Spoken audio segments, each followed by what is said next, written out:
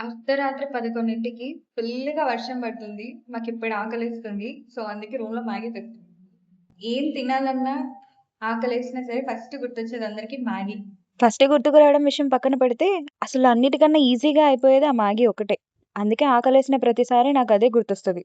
మా రూమ్‌లో అందరూ పడుకొని నిద్రపోతున్నారు. వాళ్ళ రూమ్‌లో కూడా అందరూ పడుకొని నిద్రపోతున్నారు. సో, ఇంక వాళ్ళని డిస్టర్బ్ చేయడం ఇష్టం లేక మేము ఈ దుకాణం అంతా మా ఫ్లోర్‌లో ఖాళీగా ఉన్న రూమ్‌లో పెట్టామనమాట. అందుకే చాలా నీట్‌గాను, సైలెంట్‌గా ఉంది. ఇంతకుముందు ఎవరు ఈ రూమ్ యూజ్ చేయకపోవడం వల్ల అనుకుంటా, మేము చిన్నగా మాట్లాడుకుంటున్నా గానీ చాలా పెద్దగా వినిపిస్తుందసలు.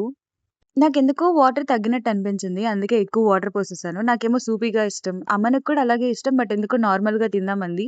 రేపొద్దున గనక ఓనర్ అన్న ఈ రూమ్ చూసాడంటే మా ఇద్దరికి తిట్లే. ఎక్కడ చూసినా ఏదో ఒకటి తిని పడేసాము. టీవీల్లో చూపించే యాడ్స్‌లోనేమో 2 మినిట్స్‌లో అయిపోతుంది అని అంటారు. దగ్గర దగ్గరగా మేము 6-7 మినిట్స్ నుంచి చేస్తున్నాం. అది ఇంకా అవ్వట్లేదు. ఏ మాటకి ఆ మాట చెప్పాలి. మ్యాగీ కన్నా ఫాస్ట్‌గా వాటర్ బాయిల్ అయింది.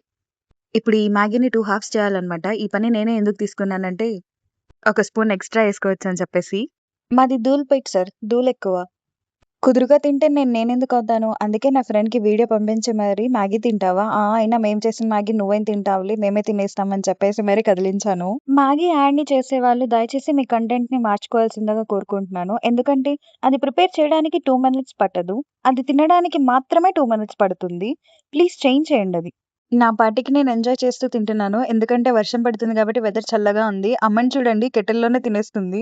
బయటేమో చల్లటి వెదర్. ఇక్కడేమో మేము వేడివేడిగా ప్రిపేర్ చేసుకున్న మ్యాగీ. ఇప్పుడది తినడానికైతే తినేసాం కానీ, నువ్వు వాష్ చేస్తావా అంటే, నువ్వు వాష్ చేస్తావా అనని చెప్పేసి ఒకళ్ళ మొఖాలు ఒకళ్ళు చూసుకొని నవ్వుకుంటున్నాం మేము.